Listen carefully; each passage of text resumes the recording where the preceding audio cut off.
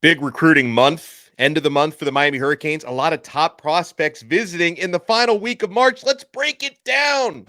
You are Locked On Canes, your daily podcast on the Miami Hurricanes.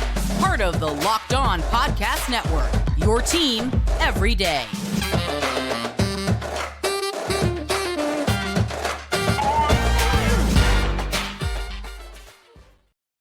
I am Alex Donno, your host. I'm a University of Miami alumnus, longtime South Florida sports radio vet, and contributor to allhurricanes.com. And thank you so much for making Locked On Canes your first and second listen today. Happy Friday. We're available free wherever you get your podcasts and available free on YouTube.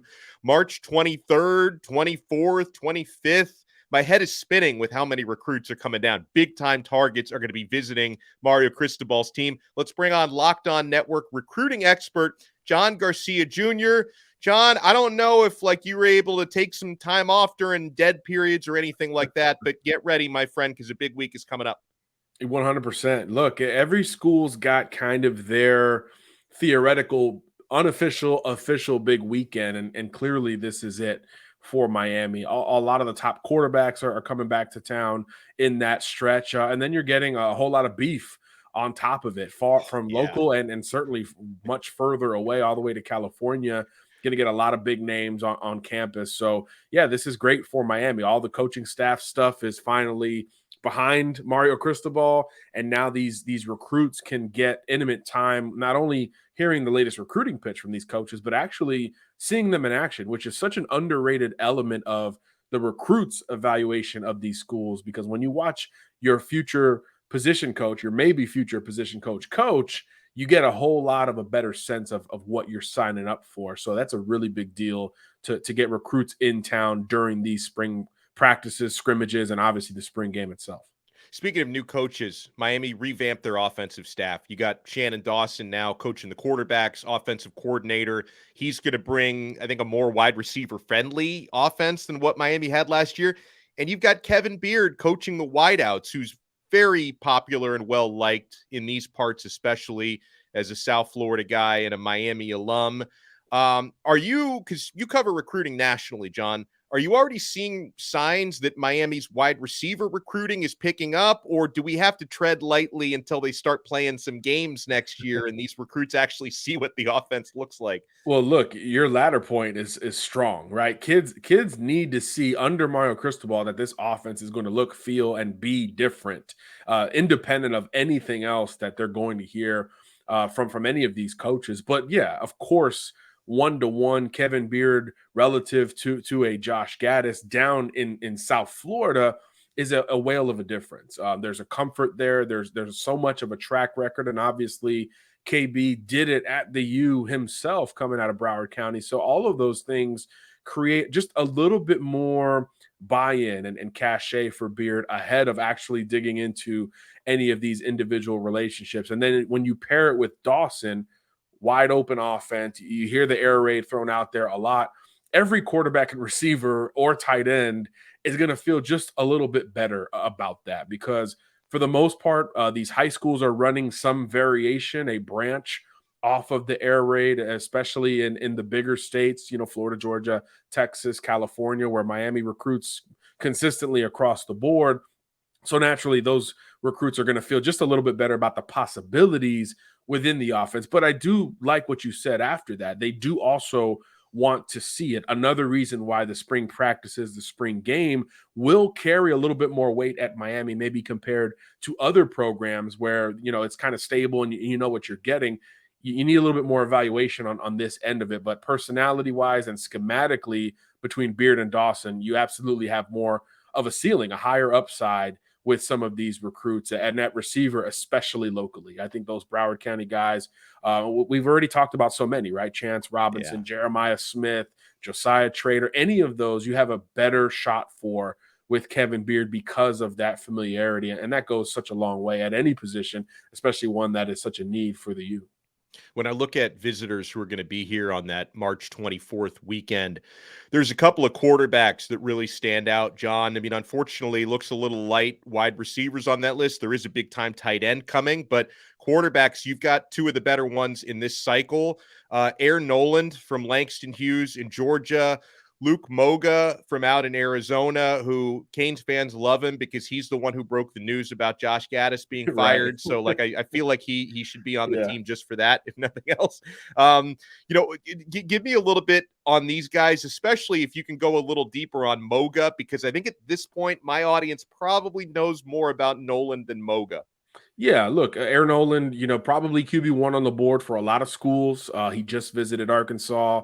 They're starting to gain some confidence. Clemson just offered him. They're always going to be confident at that position. He's going up to Ohio State as well. So this is a primetime battle for a top 100 state champion kid.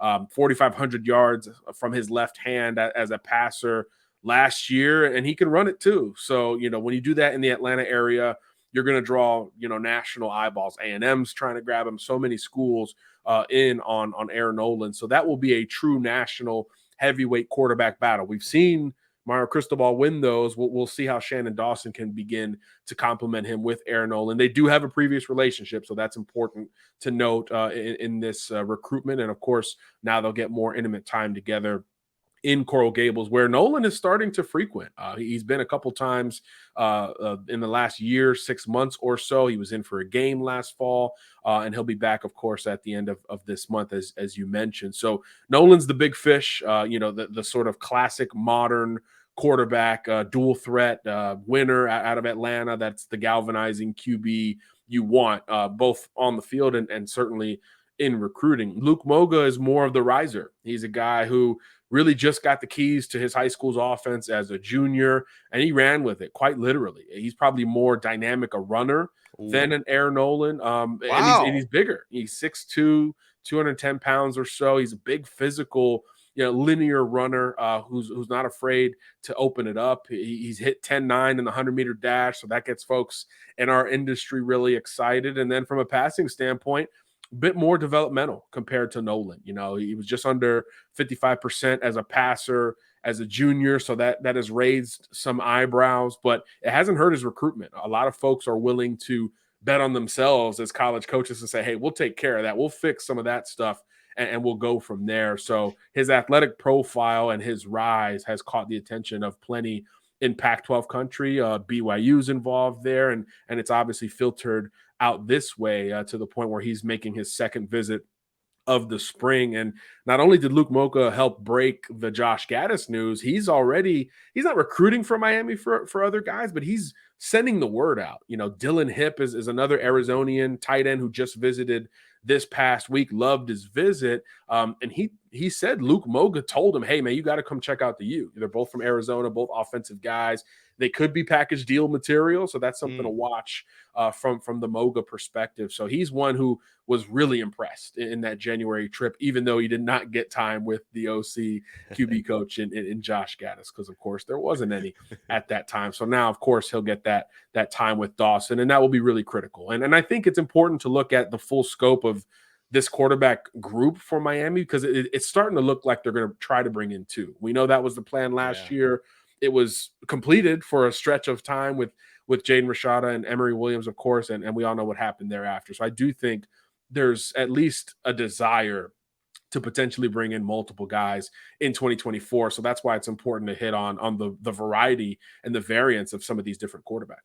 Two more quarterbacks I want to talk about, then I do want to branch out to some of the big eaters up front, because it's going to be like the combined weight of the visitors later this month is going to be like 20,000 pounds with some of the big linemen, especially a lot of interior offensive linemen who are visiting. So we got a lot to get to here with John Garcia. Keep it locked right here to Locked On Canes.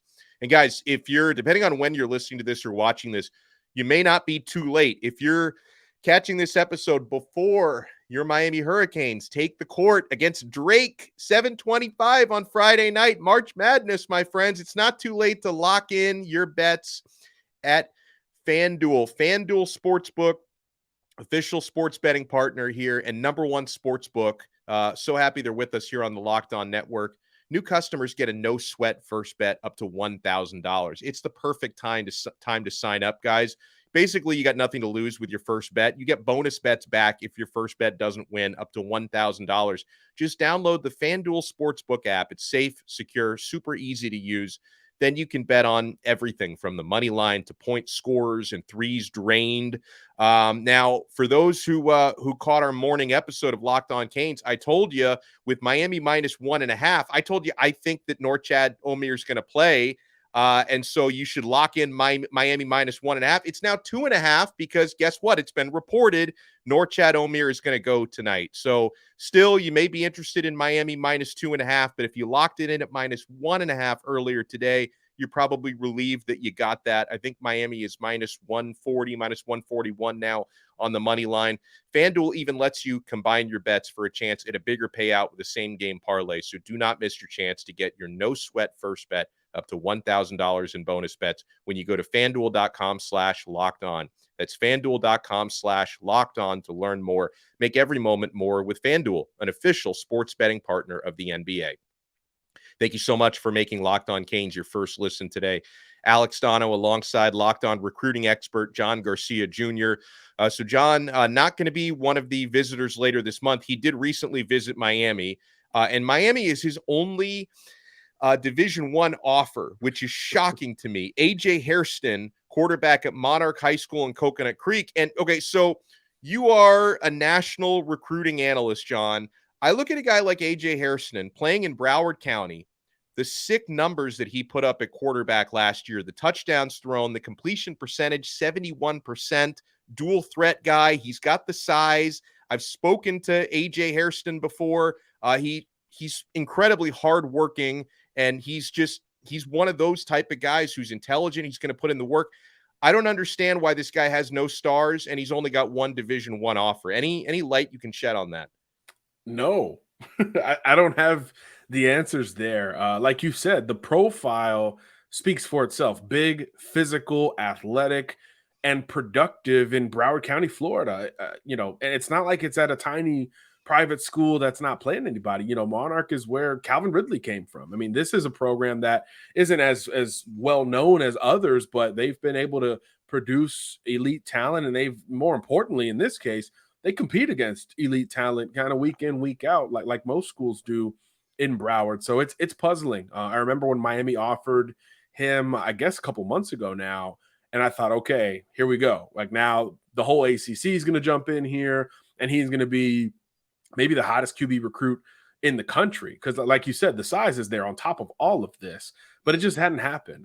So I guess, 3,000 yards, 71% completion percentage in this South Florida venue is not good enough for others. So, maybe it's nitpicky, but when you burst onto the scene, people do want to kind of circle back and maybe see you in action. I know that's always almost an excuse we hear from college coaches relative to quarterback recruiting. Hey, I need to see him. I need to see him throw in person. So maybe AJ hits a bunch of camps and starts to correct some of this. But as of right now, yeah, it's just Miami for a kid like that. So it's really weird for sure. You expect it to change, but if it doesn't, you certainly think that's good news for the Hurricanes, which, as you mentioned, just hosted him for another unofficial visit. So that will be one of the more fascinating recruitments to track. And if Miami is going to take two quarterbacks, having a guy like that local is going to be a big deal, we think, in that process. Another quarterback that I hadn't spoken about yet on this show, and you covered back a couple weeks ago, when he first got his Miami offer. And according to Gabby Urrutia from Inside the U, he's locking in a visit for April 6th because he's going to be on spring break at his high school. He's out of Georgia, Gray, Georgia, Jones County. Judd Anderson, who, man, the size is crazy here, John. He's 6'6", 6'6", 210 pounds.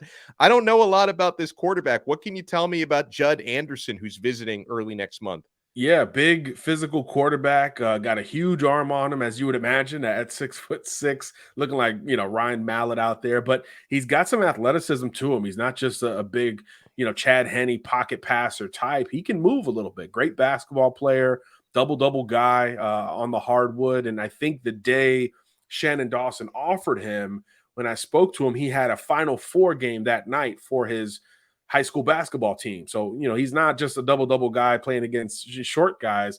They're winning and going deep in the playoffs there in the state of Georgia. I do think they lost in the Final Four, but Anderson was so focused on hoops that he was so surprised to grab a football offer. So that's why he hasn't been out in the camps and all that stuff. But now that hoops is over, he's going to shift over to recruiting, and Miami's one of the offers that he was really excited to grab. He obviously is building a relationship with Shannon Dawson, who he said had been talking to him for a few weeks before the offer came in, and he wants to learn more of the program and Mario Cristobal. So this is, I think, kind of an ACC, SEC level guy. He's got like Ole Miss, a couple other schools, Georgia Tech, involved in his recruitment.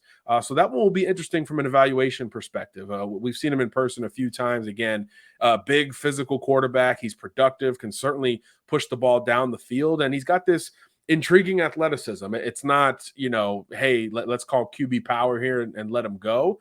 But he's got enough wiggle to make a guy miss in the pocket or in the open field. So it becomes intriguing, especially relative to, again, this style of offense. What we've seen, typically smaller quarterbacks thrive in the air raid.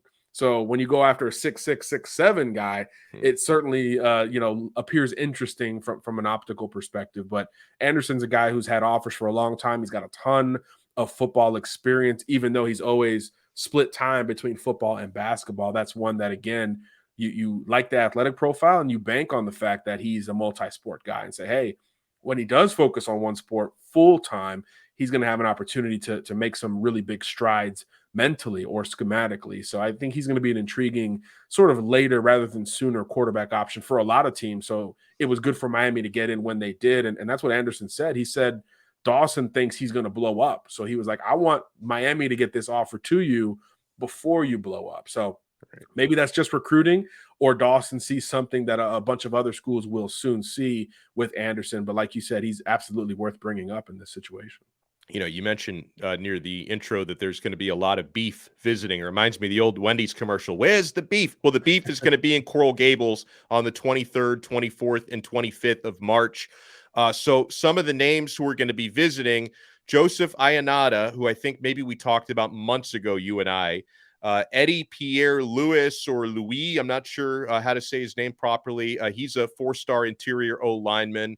So is Ionata. Jason Zandamela out of Clearwater Academy International. He's visiting during that time, and Jordan Seaton is going to be visiting as well, who's a big-time 4-star guy. These are all interior offensive linemen. Who out of that list stands out to you most? And, is this going to be a typical Cristobal cycle where they're hopefully going to hit it big with some of these guys?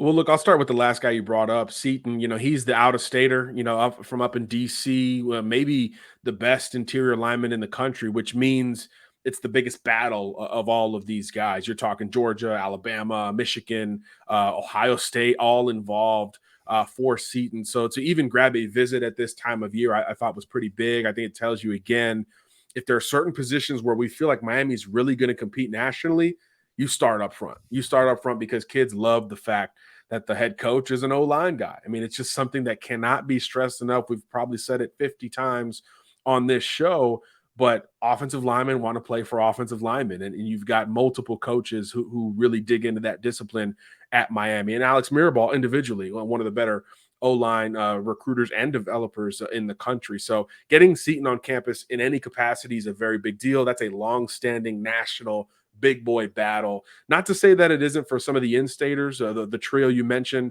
Ionata, Pierre-Louis, and Zandamela, all from the Tampa area, at least by where they're playing high school ball, because Zandamela is actually from Mozambique, Africa, one of these international players at Clearwater Academy International, same school that produced Akeem Mesidor, another international guy. Right. So Akeem has been tooting the Miami horn a little bit towards Jason, so that certainly can't hurt. He's let him know about the work that's going down at Miami, and again, Jason really likes the fact that Cristobal is the head coach there. So that's going to be a big visit for the Canes, because he's a guy who's a big time stock up recruit. Loved him at the Under Armour Orlando camp. He was the only player in the entire camp in Orlando invited to the Under Armour game. So Zandamela is definitely a stock up center guard type, very good athlete coming out of Mozambique, Africa.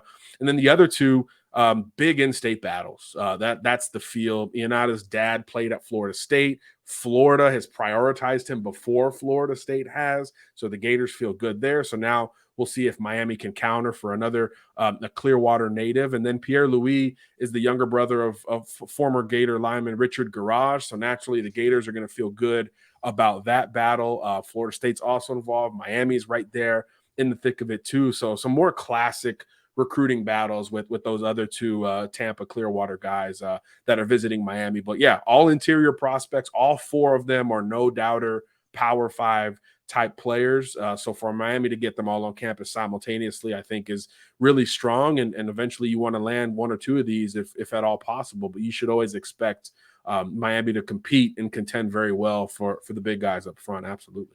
You know, Miami had a top 7 class in the last cycle, John. Canes fans got a little spoiled, and I see this question comes up to me all the time. Where are the commits? Like only one verbal commit from a kicker in March. But then I'm like, well, it's March. Like I don't start to sweat this so early, but at what point, John, should the verbals start rolling in? Like at what point should the momentum start going? Is there like a cutoff date where Canes fans could start to get a little uneasy if the commits aren't coming? Yeah, I usually put it at game 1 of the season. You know, that's really the stress point. We saw such a huge summer for Miami last year. And remember, this time last year, Donno, there was some questions. There were a lot of people were wondering, hey, you know, we see Florida State and these other schools picking up momentum. Miami was midsummer in really the month of June when things got really positive on the recruiting trail, and that coincides with official visits.